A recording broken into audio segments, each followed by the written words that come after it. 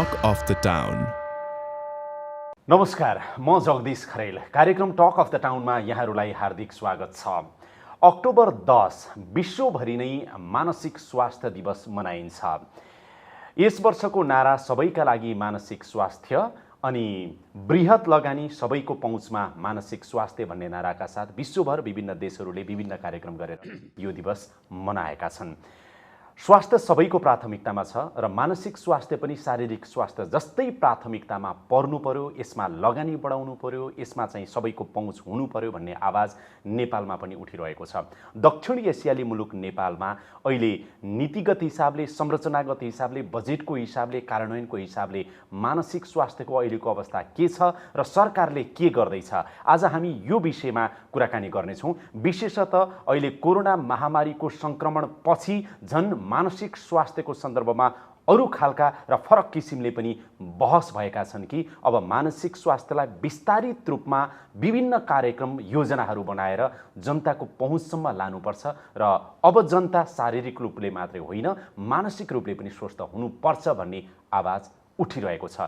यही बीचमा म आजको कार्यक्रममा स्वास्थ्य तथा जनसङ्ख्या मन्त्री भानुभक्त ढकालसँग विशेष कुराकानी गर्नेछु। मन्त्रीज्यू, स्वागत छ तपाईँलाई। धन्यवाद। शारीरिक रूपले स्वस्थ देखिनुहुन्छ, मानसिक रूपले पनि स्वस्थ नै हुनुहुन्छ नि तपाईँ? हजुर, ठिक छ। ठिक छ। हजुर।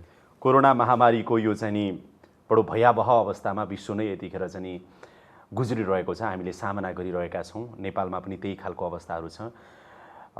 जति काम सरकारको तर्फबाट हुनुपर्थ्यो कोरोना रोकथाम नियन्त्रणको सन्दर्भमा अझै हुन सकेन भन्ने खालको गुनासो चाहिँ आइ नै रहेको छ।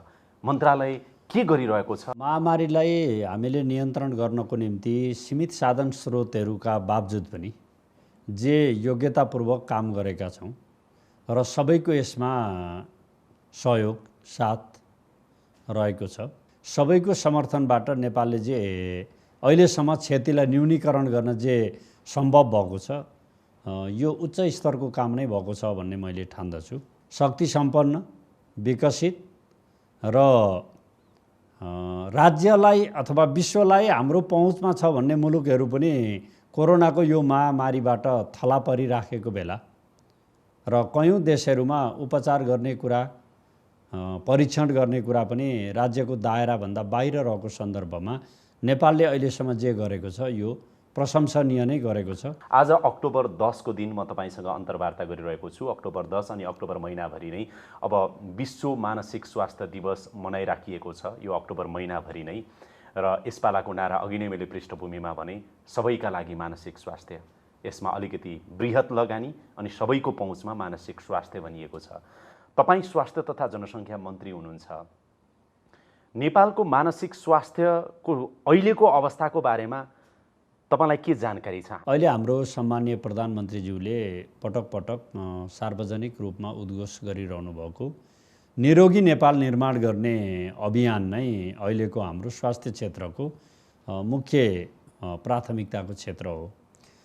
यो निरोगी नेपाल निर्माण गर्ने भनेको मान्छेहरूलाई बिरामी हुन नदिने, बिरामी भइसकेपछि उपचार गर्ने त बाध्यात्मक एउटा स्थिति रह्यो, तर त्योभन्दा पहिले चाहिँ मान्छेहरूलाई स्वस्थ राख्नुपर्छ भन्ने जुन परिकल्पना र अहिले हामी निरोगी नेपालको बारेमा चाहिँ राज्यको तर्फबाट जे गर्नुपर्छ भनेर सोचाइ राखिराखेका छौँ। यसले तपाईँले उठाउनुभएका धेरै विषयहरूको हल गर्नेछ, किनभने यो मानसिक स्वास्थ्य समस्या पनि यो एक खालको नसर्ने तर प्रभावित चाहिँ हुने खालको समस्या हो। त्यसले गर्दा निरोगी नेपालको योसँग सम्बन्धित कुराहरू जोड दिँदाखेरि यसको समाधान गर्ने कुरामा हामीले ध्यान दिने नै छौँ। दोस्रो, अहिले तपाईँले भन्नुभएको स्वास्थ्य क्षेत्रको समग्र समृद्धिको निम्ति यो क्षेत्रमा रहेका कमीहरूको अन्त्य गरेर एउटा साँच्चै स्वास्थ्य क्षेत्रलाई चाहिँ नमुना स्वास्थ्य क्षेत्रको रूपमा काम गर्ने अभिलाषाका साथ जिम्मेवारी पाएर यहाँ आएको तपाईँले भनेको अवधि करिब पुरा भयो। तर यो बिचको लामो समय चाहिँ कोरोनाको कारणले गर्दाखेरि हामीले अरू कामहरूमा धेरै अथवा बेसी केन्द्रित भएर काम गर्न पाइएन। यी कारणले गर्दाखेरि हामीले स्वास्थ्य क्षेत्रको यो तपाईले भन्नुभएका लगायतका अरू पनि कतिपय हामीले ध्यान दिनुपर्ने पक्षहरूमा केन्द्रित भएर जुन हाम्रो सामर्थ्य हाम्रो क्षमता पूर्ण रूपमा लाग्नु पर्थ्यो त्यसले अलिकति विषयान्तर भएको छ भन्ने म त विषयान्तर मात्रै होइन मन्त्रीज्यू, तपाईँको पालामा मात्रै होइन, मैले नेपालको सरकार, हामी मिडिया, सरोकारवाला क्षेत्र र सम्भवतः जनता पनि मानसिक स्वास्थ्यको सन्दर्भमा अहिलेको तथ्याङ्क हेर्ने हो भने झन्डै 30 लाख मानिस जनता, नेपाली जनता कुनै न कुनै रूपको मानसिक समस्याबाट ग्रसित रहेछन्। 5 देखि 7 लाख जनता गम्भीर प्रकृतिको मानसिक स्वास्थ्य समस्याबाट गुज्रिरहेका रहेछन् र जीवनकालभरिको, तपाईँको सरकारी तथ्याङ्कलाई आत्मसात गरेको है मैले, सरकारी तथ्याङ्क गर्दा जीवनकालभरि 70 देखि 80 लाख जनता आफ्नो जीवनकालभरिमा चाहिँ ऊ मानसिक स्वास्थ्य समस्याबाट ग्रसित हुँदो रहेछ भने पछाडि यो क्षेत्रमा राज्यको, सरकारवाला निकायको, मिडियाको, हामी सबैको ध्यान चाहिँ पुगेको रहेनछ, राम्रोसँग प्राथमिकतामा परेको रहेनछ भनेर स्वीकार हुन्छ। यसमा तपाईँले भन्नुभएको तथ्याङ्कमा मूलत 10% चाहिँ मानसिक स्वास्थ्यबाट यो वा त्यो कोणबाट प्रभावित भएको व्यक्तिहरूको स्थिति छ। त्यो भनेको 30 लाखभन्दा बढी र वर्षेनी हिसाबले हेर्ने हो भने पनि यो मानसिक समस्याको कारणले अहिले हामी यो कोभिडसँगै जोडिएर आउँदाखेरि यो आत्महत्याको कुरा पनि जुन बाहिर आइराखेको छ, 74-75 को भन्दा 75-76 को उसमा चाहिँ करिब 555 जना व्यक्तिहरू बढेका थिए र 17.28 जस्तो प्रतिदिन चाहिँ मान्छेहरू बित्ने गरेको तथ्याङ्क चाहिँ हामीले नेपालको आङ्कडामा हेर्छौँ भने अहिले त्यो चाहिँ अब करिब 16-17 जना हुँदा त्यो खालको स्थिति थियो भने अहिलेको हामी सरदर त्यसमा चाहिँ 20 को हाराहारीमा पुगेका छौँ पर डे भन्ने खालको कुरा छ।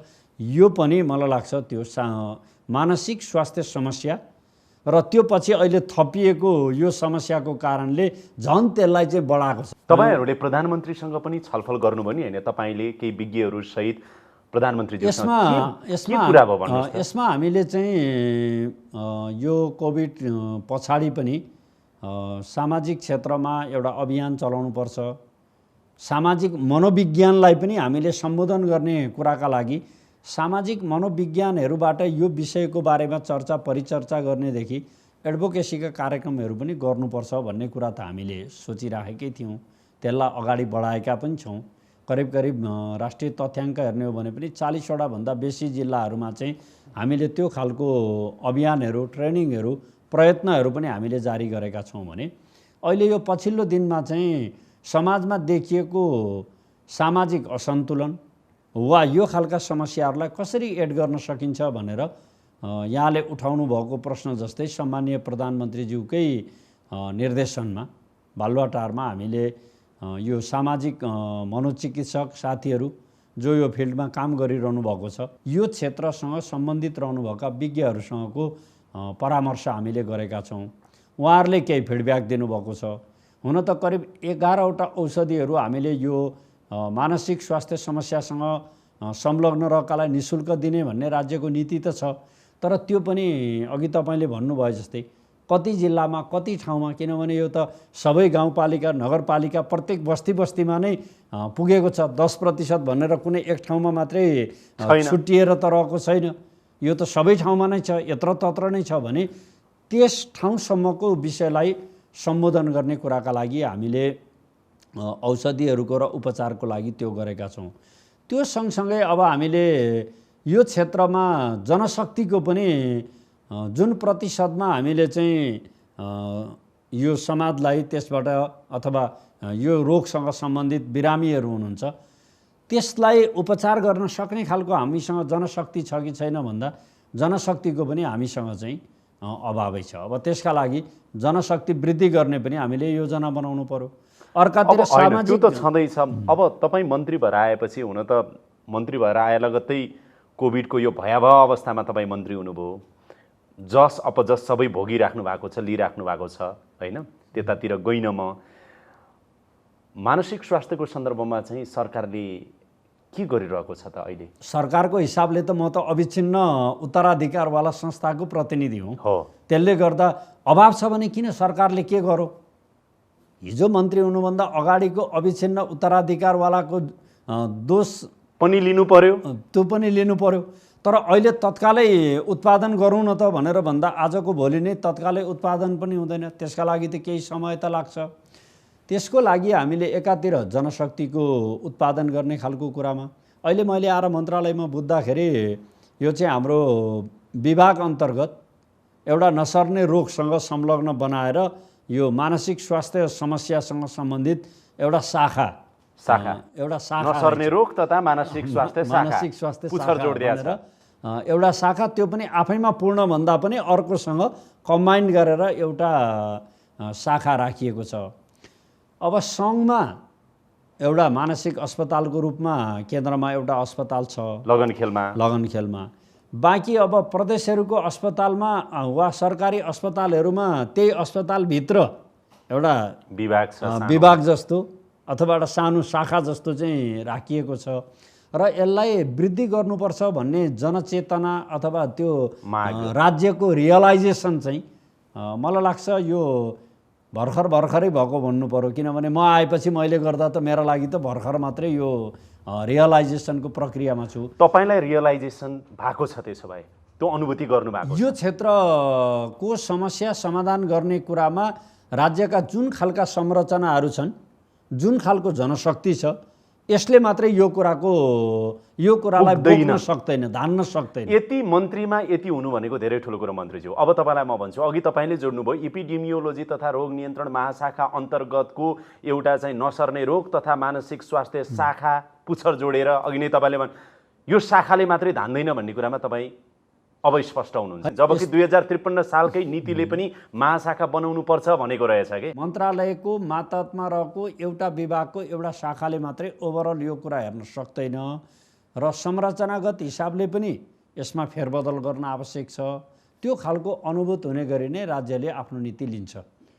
मन्त्री भएर यो 8 महिना मैले अनुभव गरेका आधारमा त्यसलाई त्यो धान्न सक्ने 30 लाख जनताले अहिले तपाईँलाई हेर्दैछन् मन्त्रीज्यू। अब शाखा होइन महाशाखा बन्छ भनेर 30 लाख जनता जो प्रभावितै छन् र बाँकी जनता पनि ढुक्कौँ, नामै त महाशाखा विभाग अथवा त्यो प्राधिकरणै राख्नुहोला, केही राखौँला, तर जस अहिलेको यो संरचनाभन्दा माथि उठेको र हाम्रो यो समस्यालाई समाधान गर्नका लागि राज्यले उचित बाटो र संरचना बनायो भन्ने सङ्घीय सरकारको तर्फबाट अब शाखामा सीमित रहँदैन, त्यो भनेको महाशाखा प्राधिकरण विभाग ठुलै र विस्तारित रूपमै चाहिँ नि संरचना बन्छ। प्रदेश स्तरमा पनि यसका संरचनाहरू निर्माण गरेर यसमा जानुपर्छ, किनभने 10% भन्दा माथि जनसङ्ख्या रहेको क्षेत्र जसले त्यसलाई होल्ड गर्छ त्यो भनेको बहुतै ठुलो कुरा हो र रणनीति पनि तपाईँहरूले करिब तयार गर्नुभएको रहेछ। अब पारित गर्न मात्रै बाँकी र कार्यान्वयनमा जान बाँकी रहेछ नि, होइन त? त्यहाँ हामीले माथि केन्द्रमा रहेकोलाई 300 भन्दा माथिको स्तरीय हस्पिटलहरू बनाउने, प्रत्येक प्रदेशमा पनि यो खालको अस्पतालहरूको निर्माण गर्ने र मानसिक स्वास्थ्यलाई प्राथमिकतामा राखेर त्यहीसँग सम्बन्धित नै अस्पतालहरू निर्माण गर्ने। कति बेडको बन्ने भन्ने छ? तलको प्रदेशको हकमा हामीले बेडको कुरा गरेका छैनौँ, अस्पताल निर्माण गर्ने खालको कुरालाई गरेका छौँ। प्रदेश स्तरीय पनि मानसिक स्वास्थ्य अस्पताल चाहिँ बन्छन्, त्यो बनाउनु पर्छ भन्ने हाम्रो छ। र यो नीतिहरूको कुरा र अन्य कुरा चाहिँ कतिपय राज्यले बनाउँदै पनि आएको छ। स्वास्थ्य क्षेत्रमा हामीले धेरै निर्माण गर्दै पनि आएका छौँ। कति यो संविधान निर्माण भइसकेपछि त्यो अनुकूलका कानुनहरू पनि निर्माण गरेका छौँ। अब त्यो कानुनसँग टाइअप गरेर हाम्रा नियमावलीहरूलाई व्यवस्थित गर्ने खालका काममा पनि लागेका छौँ। मलाई लाग्छ यो त्यति धेरै अवधि नलाग्ला। अब अहिले त चाहेर पनि संसदबाटै बनाउनु पर्यो, होइन? ऐनहरू बनाउने खालको कुरा त संसदमा जानु पर्यो। नियमावलीहरू र रणनीति चाहिँ हामी कहिले पारित गरेर कहिले परिषदबाटै बनाउने भएको हुनाले यसमा धेरै विलम्ब हुन्न। त्यो भनेको 1 हप्ता, 1 महिना, 3 महिना, 6 महिना? अब यो सङ्क्रमणले हामीलाई अलिकति समय 7 दिन 15 दिनै भनेर किटानी गर्ने कुरो भन्दा पनि सङ्क्रमण मात्रै बाहना नबनाउन मन्त्रीज्यू, बाहना नबनाउन। यो बाहना भन्दा यो रणनीति पारित गर्न करिब तयार भएको छ। पारित गरेर कार्यान्वयन गर्ने कुराहरूमा तपाईँले इनिसिएसन लिनुभयो भने सकिहाल्छ। 15 दिन, 1 महिना, 3 महिना, 6 महिना, ल भन्नुहोस् त। त्यत्रो 6 महिना टाढा पनि नजाउँ, 7 दिन 15 दिनको कुरा पनि नगरौँ। त्यसको वास्तविकता 2 महिनाभित्र होइन, वास्तविकता बुझेर मन्त्रालयको तर्फबाट हामीले यी विधिहरू नियमहरू गर्दाखेरि कतिपय विषयहरूमा चाहिँ मन्त्रालयको कारणले मात्रै हुँदैन। पक्कै पनि किनभने होइन। त्यसमा तपाईँ आर्थिक- सम्माननीय प्रधानमन्त्री केपी ओलीसँग राम्रो सम्बन्ध भएको आत्मीय मन्त्रीमै पर्नुहुन्छ, सिधा आत्मीय मन्त्रीमै पर्नुहुन्छ। अब तपाईँले चाहनुभयो भने 2 महिनाभित्र रणनीति चाहिँ नि पारित भएर कार्यान्वयनमा जान्छ भनेर अपेक्षा गरौँ। त्यसमा तपाईँले जे भन्नुभयो त्यो अपेक्षा राम्रो छ, तर त्यति हुँदाहुँदै पनि सम्मानीय प्रधानमन्त्रीज्यूसँग विश्वास भएकाहरूले नै नियम कानुन र अनुशासनभित्र रहेर नै गर्नुपर्छ। मैले यस कारणले अलिकति होइन, समय यो लाग्छ त कि प्रधानमन्त्रीले निर्देशन त्यत्रो तपाईँहरूलाई दिनुभएको छ, तपाईँले तपाईँ मातहतका निकायलाई दिनुभएको छ। 30 लाख जनता प्रभावित छन् भनिएको छ, प्राथमिकतामा छ भनेर स्वयं प्रधानमन्त्री र चाहिँ स्वास्थ्य मन्त्री रियलाइज गरिराख्नु भएको छ भनेपछि अब 2 महिनाभित्र ल्याउनु के यो आपत्ति छ। हो? तर यसमा के कुरो हो भने यो बहानाको कुरा होइन। जस्तै कोभिड बहाना नबनाउनु जस्तै भनेको कि मैले यही भन्न खोजेको, जस्तै तपाईँलाई अहिले म भनौँ सामाजिक रूपमा अथवा मानसिक रूपमा समस्या रहेको, स्वास्थ्य समस्या रहेको साथीहरू जुन 10% भनियो, कोरोना पोजिटिभ आज भएको मान्छेहरू, यसलाई आजको आजै गरिहाल्नु पर्यो, प्राथमिकता यसमा रह्यो। यतातिर पनि समस्या छैन भन्ने कुरा त होइन, तर टड्का र समस्याको रूपमा यो आएको हुनाले यसले अलि ओझेलमा पार्यो। मैले बहाना गरेर ढिलो गर्न खोजेको त्यही त। अब भन्नुहोस् न त, जस्तो अब 6 महिना लाग्दैन, 15 दिनमा नि हुँदैन भने चाहिँ 2 महिना। मन्त्रालयको तर्फबाट आर्थिकसँग जोडिएका यी विषयहरू निर्माण गर्ने खालको सन्दर्भमा अर्थ मन्त्रालयको पनि हामीसँग परामर्श र स्वीकृति, एक खालको सहमति चाहिन्छ। यो नियमावली बनाउने खालको कुरामा कानुन मन्त्रालयको पनि त्यसमा परामर्श चाहिन्छ। अब यो 2टा चरण पार गरेपछि बल्ल त्यो क्याबिनेटमा जाने कुरा हो। यो त्यहाँ पुर्याउने खालको कुरोमा मेरो सक्रिय पहल कदमी रहनेछ, यसमा विलम्ब हुँदैन। मैले त फेरि पनि जवाफ पाइनँ। मलाई प्रक्रियासँग आम जनतालाई धेरै कम सरोकार हुन्छ। परिणाममा 2 देखि 3 महिनाभित्र मन्त्रीज्यूले रणनीति कार्यान्वयनमा ल्याउनुहुन्छ भनेर अपेक्षा गरौँ। 6 महिना त लाग्दैन नै भन्नु। 6 महिना लाग्दैन, 2 देखि 3 महिना। हजुर। यो पनि रेकर्ड गरेको छु मैले। होइन, यो त जनताको अदालतमै उपस्थित भएर बोलेको छु नि मैले, तपाईँको रेकर्ड मात्रै होइन, यो सबैले सुन्नुभएको छ। पक्कै पनि बजेट पटक्कै पुगेन मानसिक स्वास्थ्यलाई मन्त्रीज्यू। 1% त रहेनछ स्वास्थ्य क्षेत्रको बजेटको। अब बढाउन लाग्नु पर्यो आउँदो आर्थिक वर्षमा। केही प्रतिबद्धता व्यक्त गर्न सक्नुहुन्छ छोटोमा? स्वास्थ्यको क्षेत्रमा भन्ने हो भने अघिल्लो सालसम्म 4.15% चाहिँ टोटल बजेटको 33% चाहिँ स्वास्थ्यमा छुटिएको रहेछ। स्वास्थ्य क्षेत्रमा राज्यले जुन नीति लिएर जुन बजेट एलोकेट गर्ने गरेको छ यो नै अपर्याप्त छ। पहिलो कुरा मेरो सिधा प्रश्न के थियो भने मानसिक स्वास्थ्यको क्षेत्रमा 1% भन्दा कम बजेट रहेछ। स्वास्थ्य क्षेत्रको बजेटलाई 100% मान्ने हो भने त्यसको 1% भन्दा पनि कम रहेछ। बढाउनुहुन्छ कि बढाउनुहुन्न आगामी? होइन, त्यो बढाउनुपर्छ। त्यो तथ्यले नै के कुरो भन्छ भने बढाउनु पर्छ त म भनिरहेको छु तपाईलाई। तपाईँ अथोरिटी हो। होइन, मैले त त्यही अथोरिटी भएरै त म भनिरहेको छु। 10% भन्दा बेसी जनसङ्ख्यालाई जब यो सामाजिक समस्याको रूपमा यसले घर गरेको छ भने टोटल छुट्याएको बजेटभित्रको पनि 10% यो क्षेत्रमा लगानी गर्ने खालको नीति भयो भने मात्रै त्यसले चाहिँ सही ढङ्गले हामीलाई निष्कर्षमा पुर्याउन सक्छ भन्ने अहिले तपाईँसँग छलफल गर्दा मैले त्यो कुरा अहिले सम्झिरहेको छु, सोचिरहेको छु। तर बजेट बनाउने कुरा त अहिले आएको बजेट यो हो। अब सरकारले लिने नीतिको स्वास्थ्य मन्त्री भानुभक्त ढकाल हामीसँग के भनिराख्नु भएको छ भने 10% जनता प्रभावित हुन्छ भने स्वास्थ्य क्षेत्रको बजेटलाई 100% मान्ने हो भने त्यसको 10% सिद्धान्त त मानसिक स्वास्थ्यको क्षेत्रमा छुट्याउनु पर्छ भन्ने कुरामा तपाईँ व्यक्तिगत रूपमा अहिले तपाईँलाई रियलाइज भएको छ। तर यथार्थ के छ भने 1% भन्दा कम बजेट छुट्याइएको छ। अब यो चाहिँ आशा गरौँ मन्त्रीज्यू 10% सकेला कि नसकेला, 1 बाट 2, 2 बाट 4 अथवा 5 सम्म भए पनि पुग्न चाहिँ पुग्छ भन्न त सक्नुहुन्छ होला। क्रमशः बढाउँदै जाइन्छ। 1 बाट 2 त पुग्छ नि। त्यति बनाउने खालको कुरा गरियो भने मात्रै यो निरोगी नेपाल निर्माण गर्ने खालका परिकल्पनाहरू यो त्यो मैले बुझेँ। 10 नपुग्ला, अहिले 10 पुर्याउनुस् भनेको होइन, 1 बाट 2 अथवा 2 बाट 3, 3 बाट 4 त पुग्ला नि भनेको। बढ्छ है। बढ्छ। तपाईँलाई थाहा छ, पक्कै थाहा छ, सुरुमै अघि भन्नुभयो जनशक्ति 150 जना पनि साइकियाट्रिक रहेनछन्, 20 जना पनि साइकोलोजिस्ट दरबन्दीमा रहेनछन्। सामाजिक अभियन्ता मोबिलाइजर भनौँ न, सोसियल मोबिलाइजर त कहाँ हो? यो त बढाउनु पर्यो नि जनशक्ति। यस्तो छ, यसमा यो क्षेत्रमा पनि समस्या छ। यो क्षेत्रमा जनशक्तिकै पनि अभाव छ। अरू जनशक्ति भएकै अस्पताल अथवा स्वास्थ्य क्षेत्रको चित्र हेर्ने हो भने चाहिँ यो त्यति सन्तोषजनक छैन। जस्तै सरकारी डक्टरहरूकै अवस्था हेर्ने हो भनेदेखि करिब 1300 को हाराहारीमा हुनु होला। अब हामी परिकल्पना चाहिँ डक्टरहरू गाउँ गाउँसम्म पुर्याउने कुरा गरिरहेका छौँ, पुर्याउनु पर्छ, त्यहाँ हामी पुग्छौँ, तर प्राथमिकता हिजोकाले केमा दिएर के गर्नुभयो भन्ने कुराको पनि एउटा समीक्षा अहिले मलाई प्रश्न गरिरहँदाखेरि यो अविच्छिन्न सरकारलाई गरेको अविच्छिन्न सरकारसँग सम्बन्धित छ। करिब करिब अब तपाईँ त अहिले भएकै मौजुदा जनशक्तिलाई अलिकति वेल ट्रेन कसरी तालिम दिएर चाहिँ अलिकति मानसिक स्वास्थ्यको क्षेत्रमा पनि अभ्यस्त गराएर लाने एउटा गर्नु पर्यो। अर्को साथमा चाहिँ अब लङ टर्म भिजनको लागि पनि त्यो जनशक्ति उत्पादन गर्नु पर्यो मन्त्रीज्यू। उत्पादित भएका स्वास्थ्य क्षेत्रका हाम्रो जनशक्ति विदेश पलायन नहोस् भन्ने कुराबाट आरम्भ गर्नु पर्यो। भएको जनशक्ति सेवामा समर्पित गर्ने, इच्छा शक्तिका साथ काम गर्ने वातावरण राज्यले क्रिएट गर्नु पर्यो। अनि समस्या रहेका यी विधाहरूमा अभाव रहेको हाम्रो जनशक्तिहरूलाई एउटा मार्गचित्र जस्तो बनाएर नै यो क्षेत्रमा हामीले यो ढङ्गले जानुपर्छ भनेर बनाएर नै जानुपर्छ। त्यो मध्ये मानसिक सामाजिक समस्या भनौँ, स्वास्थ्य समस्यालाई पनि प्राथमिकतामा राखेर नै जानुपर्छ। आज जनताको त गुनासा प्रश्नहरू अथवा खुसीहरू तपाईँप्रति होलान्, आफ्नो ढङ्गले बेला बेलामा आवाज उठिरहेको छ कि तपाईँ त डाक्टर, नर्स अथवा स्वास्थ्य कर्मीहरूको पनि खास मन्त्री हो नि त, होइन, विभागीय मन्त्री हो नि त अस्पतालको। जीवन र मृत्युको दोसाँधमा रहेर यतिखेर कोरोनाको सङ्क्रमणको बिचमा पनि काम गरिरहेका छन्। त्यो एमबिबिएस अथवा एमडी पढ्दा, विशेषज्ञ पढ्दाखेरि उनीहरूको जीवनकै आधी उमेर करिब जान थालिसक्छ।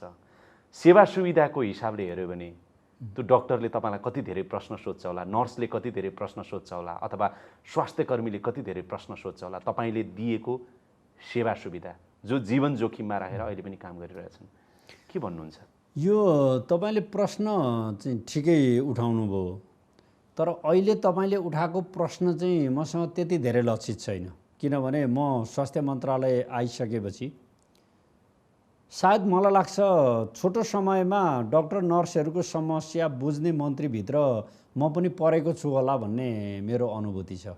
किनभने मैले सुरुको आएको केही दिन पछाडि नै मैले सार्वजनिक रूपमै भनेको छु, 11औं तहको नेपाल सरकारको कर्मचारी भए बापत अरू मन्त्रालयमा काम गर्ने व्यक्तिहरूले जे सेवा सुविधा प्राप्त गर्छ, 11औं तहको स्वास्थ्य क्षेत्रमा काम गर्ने स्वास्थ्य मन्त्रालयको मातहतको डक्टरहरूको अथवा अरू क्षेत्रका व्यक्तिहरूको हैसियत र सुविधा के छ भन्दा, पदावधि त डक्टरहरूको उहाँहरूले आफै श्रम गरेर लिनुभयो, त्यसमा स्कलरसिपमा पढ्नेहरू नै केही कुरा छोड्ने हो भने त आम रूपमा उहाँहरूकै लगानी छ।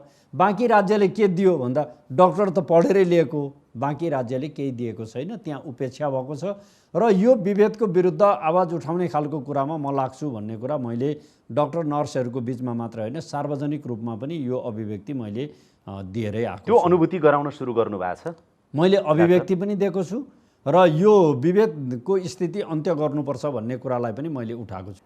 तपाईँको मन असाध्यै दुख्यो भने, दुख्छ नि त कहिलेकाहीँ, मानसिक थकान हुन्छ, मानसिक तनाव हुन्छ, यत्रो राजनीति गरिराख्नु भएको छ, यत्रो मन्त्रालय सम्हालिराख्नु भएको छ, कोरोना महामारीको बिचमा त आफै कतिचोटि तनावमा पर्नुभयो होला, पक्कै पर्नुभयो नि। यो मन दुखेको औषधि त बडो गाह्रो पो हुन्छ। यसलाई पनि मैले अनुभूत गरेको छु।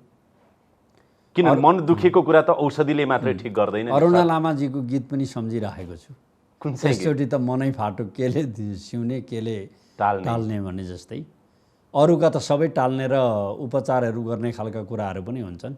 यो चाहिँ मुहान हो, त्यसले गर्दा यसलाई काउन्सिलिङ गर्ने कुरा, कन्भिन्स गर्ने कुरा, त्यो भयो भनेदेखि मान्छेहरूलाई उपचार गर्ने खालको कुरा, यसमा स्तर वृद्धि गर्नुपर्छ, लाग्नुपर्छ भन्ने कुरा चाहिँ पीडामा परेका कारणले पनि, आन्दोलनबाट आएको कारणले पनि, राष्ट्रको अहिलेको आवश्यकताका हिसाबले पनि र सम्माननीय प्रधानमन्त्रीज्यूको निरोगी नेपालको परिकल्पनाका कारणले पनि यो क्षेत्रलाई सुदृढ, व्यवस्थित, समुन्नत बनाउने खालको कुरामा चाहिँ लाग्नुपर्छ। माननीय मन्त्रीज्यू, तपाईँ कानुन मन्त्री हुँदाखेरि यो कार्यक्रम टक अफ द टाउनमै विशेष गरेर चाहिँ विपद जोखिम न्यूनीकरण तथा व्यवस्थापन सम्बन्धी नियमावली बनाउने कुराहरूमा, प्राधिकरण बनाउने कुराहरूमा कानुन मन्त्रीको रूपमा तपाईँले बडो नेतृत्वदायी भूमिका निर्वाह गरेर प्रतिबद्धता तपाईँले लिखित रूपमा गर्नुभएको थियो। त्यति बेला तपाईँ हुनुभयो र त्योभन्दा अगाडि जनार्दन शर्मालाई पनि म सम्झिन चाहन्छु। यतिखेर त्यति बेला उहाँ अलि पहिला गृहमन्त्री हुनुहुन्थ्यो ऐन बनाउने कुराहरूमा र नियमावली र चाहिँ प्राधिकरणसम्मको परिकल्पना र त्यो कार्यान्वयन गराउने कुराहरूमा तपाईँले लिखित प्रतिबद्धता गरेर त्यो प्रतिबद्धता पुरा पनि गर्नुभएको थियो र मैले तपाईँलाई धन्यवाद र आभारको एपिसोड पनि एउटा हामीले बनाएका थियौँ। याद छ नि तपाईँलाई है? आज मान्य मन्त्रीज्यूले 3-4वटा कुरा भन्नुभएको छ। म एकचोटि बुँदामा एकचोटि यहाँलाई फेरि सम्झाउन चाहन्छु। संरचनागत पोलिसीको हिसाबले रणनीति छिट्टै 2देखि 3 महिनाभित्र पारित गरेर कार्यान्वयनमा ल्याइनेछ यहाँले भन्नुभएको छ। अब शाखामा मात्रै सीमित होइन, मानसिक स्वास्थ्य महाशाखा अथवा विभाग अथवा कुनै पनि एउटा ठुलो संरचना हुनेछ भन्ने कुराहरू गर्नुभएको छ। जनशक्ति बढ्नेछ यो क्षेत्रमा र बजेट बढ्नेछ, कार्यक्रमहरू बढाइनेछ र यसलाई चाहिँ सँगसँगै रणनीति अन्तर्गतका कुरा भन्नुभएको थियो। केन्द्रको 300 बेडको अस्पतालदेखि लिएर प्रदेशमा चाहिँ अस्पताल, मानसिक स्वास्थ्य अस्पताल हुँदै यसमा आम जनताको पहुँच स्थापित गरिनेछ भन्ने प्रतिबद्धता तपाईँको छ।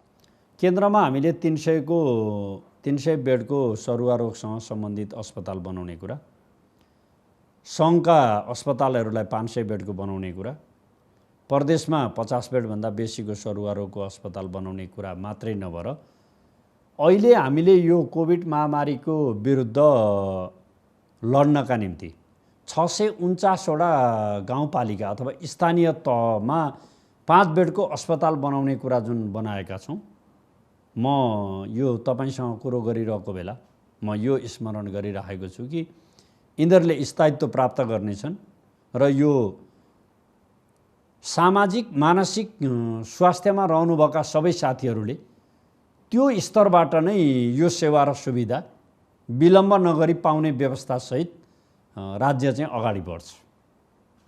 त्यो हुन्छ। दक्ष जनशक्तिको अभावको कारणले गर्दा सोचेकै स्तरको डाक्टर त्यहाँ पुग्ला नपुग्ला, तर हामी त्यसमा पहुँच पुर्याउने गरी नै हामी लाग्छौँ। अहिले तपाईँ र म कुरा गरिरहेको, अघि मैले कार्यक्रमको सुरुमा पनि भनेको थिएँ, 10 अक्टोबर विश्व मानसिक स्वास्थ्य दिवसको आसपासमा यसपाला विश्वकै नारा रहेको छ कि सबैका लागि मानसिक स्वास्थ्य, अनि मानसिक स्वास्थ्यको क्षेत्रमा अलिक बृहत लगानी र सबैको पहुँचमा मानसिक स्वास्थ्य भनेर। अघि तपाईँले भनेका प्रतिबद्धताहरू साँच्चीकै यी कुराहरू काममा परिणत गर्नुभयो र पुरा गर्नुभयो भनेदेखि मानसिक स्वास्थ्यको क्षेत्रमा आमूल परिवर्तन आउन सक्छ। हामी सबै खुलेर कुराकानी गर्ने अवस्था रहन सक्छ। तपाईँ त्यो ठाउँमा हुनुहुन्छ मन्त्रीज्यू, त्यो प्रतिबद्धता पुरा गर्नुहोला। हामी नियमित फलोअप पनि गर्नेछौँ मन्त्रीज्यू। यहाँलाई मैले बारम्बार सम्झाएको छु, यी कुराहरू रेकर्ड छन् र यहाँलाई हामी फलोअप पनि गर्नेछौँ। म धेरै धन्यवाद दिन्छु मन्त्रीज्यूलाई। तपाईँले यो कार्यक्रममा पहिले पनि बोलाएर गरेका कामहरू जनताको बिचमा राख्ने र भनेका कामहरू पुरा गराउने पङ्क्तिमा नै परेको छस् भनेर जे मूल्याङ्कन गर्नुभएको छ, यो दोस्रो परीक्षा दिन म यहाँ आएको छु। समयक्रम पछि तपाईँसँग भेट हुँदाखेरि यहाँ व्यक्त भएका प्रतिबद्धताहरू यी कार्यान्वयनमा उत्रिनेछन्। मलाई धेरै खुसी लाग्यो। धेरै धेरै धन्यवाद छ मन्त्रीज्यू। नमस्कार।